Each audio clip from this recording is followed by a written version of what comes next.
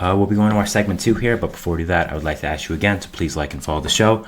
We do get a number of questions from viewers, so to ensure that your question does get read on the air, please use the link gsmcpodcast.net. It really does help the show, and it really does mean a lot, so thank you so much for that. All right, we'll be going to our second segment here, which is talking about the undefeated teams after opening weekend. What are my overall thoughts on them, and am I higher on them than I was at the start of the season now that they are undefeated? Just a quick update before we do go into that. Shota Imanaga did give up the perfect game he had with the Cubs. Charlie Blackmon hit a single, which ended it. So, yeah, it was a fun story, but I didn't think it was really ever going to happen. Perfect games are so hard to do. I don't know how Domingo Germán got one last year. That was insane and so random. So, yeah, we'll be talking about, of course, anything that happens like that over the course of the show and over the years. So, be prepared for that. But, yeah. So, we're going to be talking about undefeated teams after opening weekend, and overall, just what are my general thoughts on them. Am I higher on them than I was at the start of the season because they are undefeated now? I think that's a question you have to ask, so let's get into it. First are the Pirates. Now, the Pirates played the Marlins and swept the Marlins. They went to extra innings a few times over the course of the series, so that was something that was interesting and showed what one of the Pirates' strength is right now, and that is the bullpen. With the addition of Aroldis Chapman, with the players you already have there, like David Bednar, like Colin Holderman, I think the Pirates really one of their main strong suits is their bullpen, and I think showing off your depth already in these games was very important, and it showed teams, okay, you know what, we're this good, and this is what our strong suits are, and this is what we can do. I mean, you're looking at these scores right now, sorry, hold on. Excuse me. Okay, so with these scores, I mean, and with them going into extra innings, you were very, very good. You showed off your strong suits, and you showed off what you can do as a team. I mean, they won 6-5, 7-2, 9-3, 9-7. So in the first game they went to 12 innings. After that, I mean, they went to 9 innings, but went 7-2, scored earlier in the games. After that, in the third game, they won 9-3. Like, you're really blowing these teams out, and you're showing the pitching depth you have. And in the last game, they went to 10 innings. So 2 out of the 4 games of the series, they went to extra innings. And I think that is something that really shows what the Pirates can do. It shows that they have a lot of pitching depth this year. Maybe not really in the starting rotation, but after that. So I'm not exactly higher on the Pirates than I was before because, just simply put, I'm not a fan of that rotation. Jared Jones had a really nice debut. Mitch Keller, always good. But you're having Bailey Falter, Marco Gonzalez, and Martin Perez throw significant innings for your team this year. That's not a recipe for success. I'm sorry. There were so many good starting pitchers on this free agent market that you could have signed, and you just didn't. Instead, you went for bargain bin people like Martin Perez, like a Mark Gonzalez. And because of that, I'm just not sure how they're going to compete this year when that's your rotation. Bailey Falter even. Like, how is Bailey Falter in your rotation if you're trying to compete? I think the Pirates have a very good bullpen. I think they have a very good lineup. I think both those are big strong suits for this Pirates team. But if I'm going to look at them as a significant contender, as a team that can perform very well this season, I'm just not. I need them to improve in that area. Michael Lorenzen was out there, $4.5 million. You couldn't have swooped him up for like $6 million. Clevenger's still out there. I know he has some character issues, but even getting him for $5 million or something like that, I don't see what the problem is. That's better than Martin Perez and Mark Gonzalez. To me, if the Pirates want to be competitive and want to show people that they're for real and that they're not the Pirates of old, quote unquote, they're not this horrible team that's run by incompetent people, I think getting pitching additions would be a start. I love that they called up Jared Jones. I love that they extended Mitch Keller. It shows me they're serious about their future and their pitching. But at the same time, you need to do more. And if you're going to compete in a division where you have the Reds, you have the Cubs, you have the Brewers now who surprised everyone by sweeping the Mets, I think you need more. You also have the Cardinals who, of course, have an insane hitting core. I think you need to do more with this pitching staff specifically. I like all the other aspects of your team. I do. Again, I think the bullpen's really nice. I think that back end is very, very good. I think the lineup has a lot of great pieces, even with the injuries you've had. But I need more from that starting rotation. I need them to add more. And that's the only way I'm looking at them as a true contender. Right now, I think they're a good team. Maybe I underestimated them a little bit, finishing fourth in that division. I believe I had them or fifth.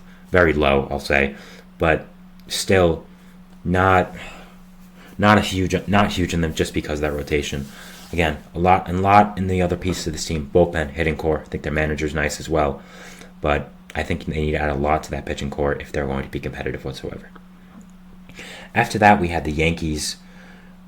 I mean, what a surprise this was. The Yankees sweeping the Astros in their home ballpark after the Astros have just owned them these past few years.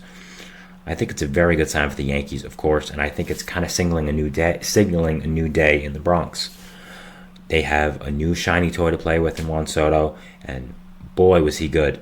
Walking all over the place, hitting RBI singles, making great plays in the outfield. And I think it's just showing what happens when you go all in.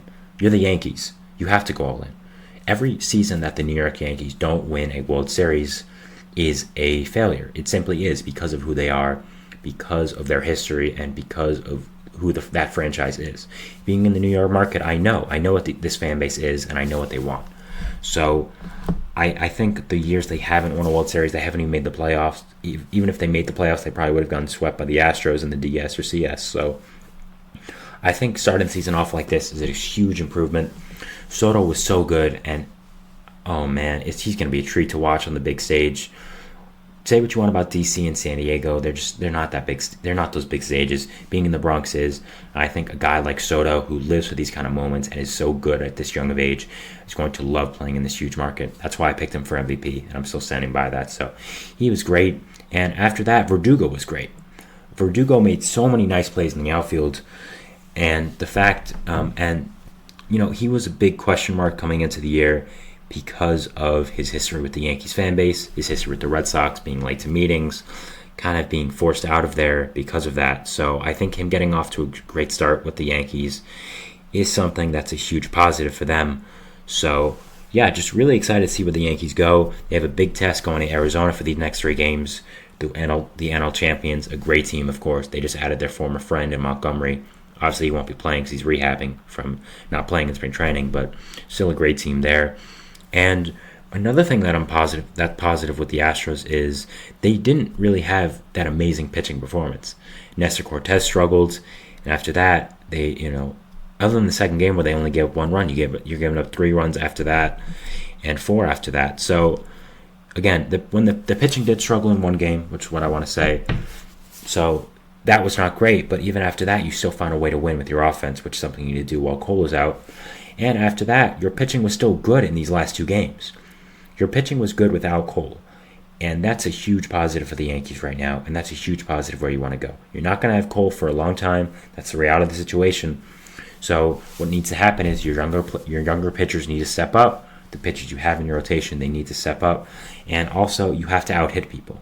And I think having a 2-3 or 3-4 in that lineup of Juan Soto and Aaron Judge, you're able to do that.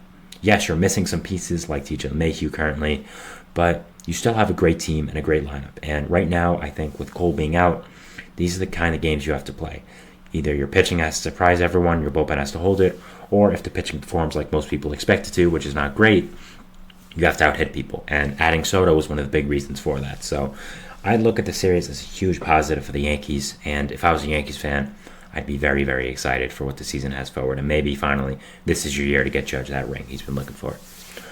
After that, we have Milwaukee. Milwaukee surprised everyone, sweeping the Mets. And as a Mets fan, I watched all 3 games. Obviously, I got to hand it to them. They played really, really well. And they played really well in what I said before was the fundamentals.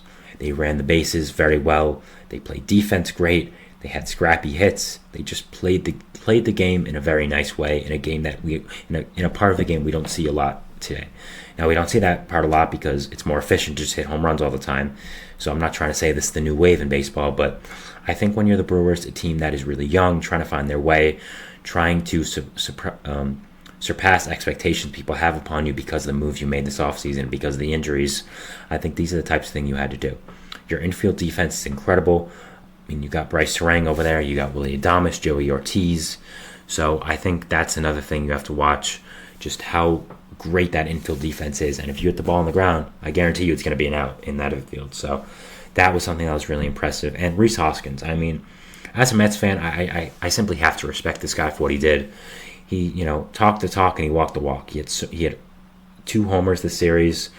He played great. They threw at him because they were so mad. I don't really know if that was intentional, but it would surprise me if it wasn't. I know Yohan Ramirez keeps saying it wasn't intentional for him throwing, but I don't know about that one. But yeah, I mean, he walked the walk and he talked the talk. Hoskins is going to be such a big player for the Brewers this year. Something the Brewers have been missing all these years is another bat in the middle of the order to complement Yelich. Yelich has been great, but I think you need another guy, and I think Hoskins can be that guy. And if he keeps performing like this, he's going to be a great player for this team. And if you struggle, you can trade him at the deadline for a whole bunch.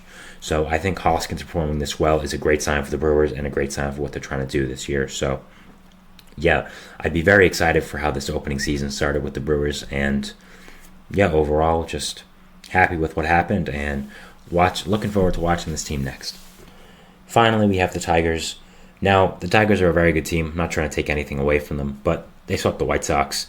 The White Sox are just I think a big test for these 2 teams I talked about now is the Tigers and the Mets. The Mets got swept.